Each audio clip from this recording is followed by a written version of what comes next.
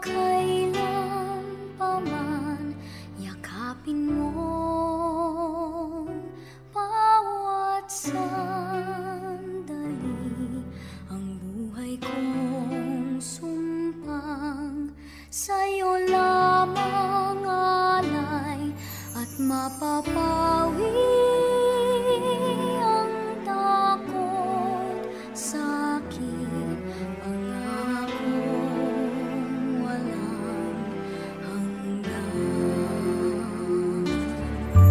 Ikaw lamang ang pangakong susundin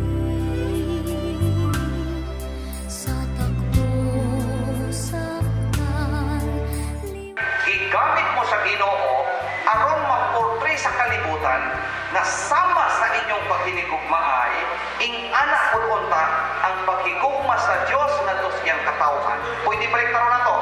Sama sa ang Ginoo na higugma kanato ing anak pud unta ang paghinigugmaay ninyong duha. Subayo na to. Subayo na to. Ang katawhan kinahanglan nga musunod sa kabubuton sa Ginoo.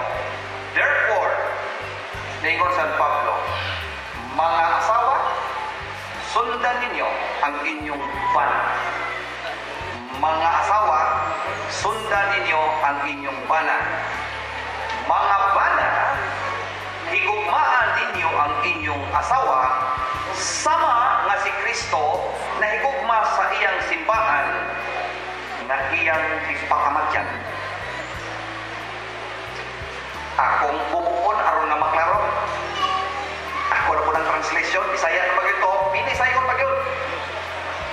Mga asawa, hiling mo magsupat-supat sa inyong bana. Mga bana, pakamatyin ninyo ang inyong asawa.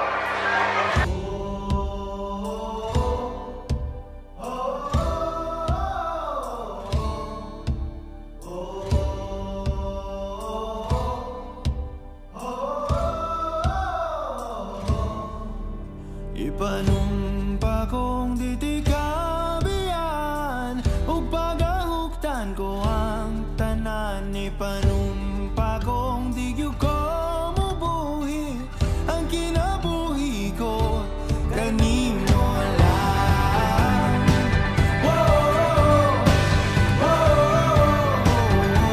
Kanimo lang.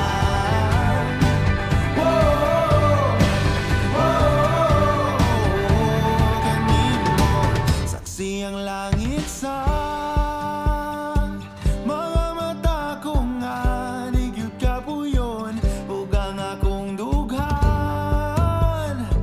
Kanunay ngalan mo lang ang sangpiton ug di ko magduha-duha og tikang kung mahuli